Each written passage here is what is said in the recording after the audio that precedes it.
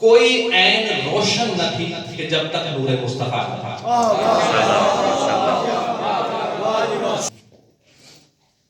کوئی شے روشن نہ تھی. ادھر نور محمد مصطفیٰ خلق ہوا، کائنات کے اندر روشنی پھیلتی چلی گئی. اور ولادت محمد مصطفیٰ صلی اللہ علیہ وآلہ وسلم ایک وہ کہ جب نور محمد خلق ہوا، اور دوسرا کہ جب ولادت محمد مصطفیٰ ظاہری طور پہ دنیا کے اندر آئی. روایت بتاتی ہے کہ اللہ نے زمین کا کوئی ایسا ذرہ نہیں تھا کہ جس سے روشنی نہیں پھوٹتی. جناب محمد مصطفیٰ صلی اللہ علیہ وآلہ وسلم کے صدقے اللہ نے زمین کے ہر ذرے کو روشن کیا. تو پتہ چلا کہ چراغاں کرنا بدعت نہیں، سنت خدا ہے. روایت ہے، میرے نوجوان یقیناً شاید یہ پہلی دفعہ سنیں، بزرگ تو جانتے ہیں اس روایت.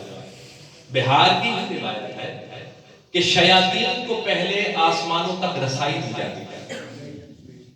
رسائی دی جاتی ہے، یعنی شیاطین یہ آسمان سے اوپر جاتے تھے اور خبریں لے کر آتے تھے، اور نیچے آ کر مجھ جیسے بھولے والے مسلمانوں کو ہی عبد خدا کو آ کے بہکاتے تھے. یعنی کہ اللہ نے ان کو اجازت دی تھی.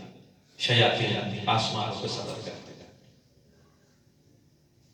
اور جناب عیسیٰ کے دور تھا، ساتویں آسمان پہ جیسے جناب عیسیٰ کا دور ہے، اس کے بعد چوتھے آسمان تک ان کی حد بندی کر دی گئی کہ آپ اس سے آگے نہیں جا سکتے.